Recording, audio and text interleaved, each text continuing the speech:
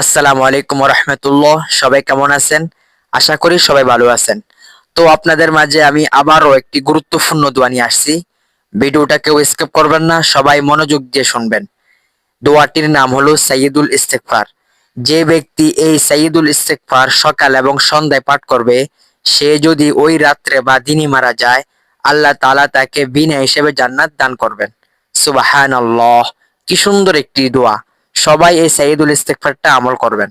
সাইয়্যিদুল ইস্তিগফারটা হলো আল্লাহুম্মা আনতা রব্বি লা ইলাহা ইল্লা আনতা খলাকতানি ওয়া আনা আবদুকা ওয়া আনা আলা আহদিকা ওয়া ওয়া'দিকা মাসতাতা'তু আউযু বিকা মিন শাররি মা সানা'তু আবু'ু লাকা বিনি'মাতিকা আলাইয়া ওয়া আবু'ু বিযামবি ফাগফির লি ফাইন্নাহু লা ইয়াগফিরুয যুনুবা ইল্লা আনতা।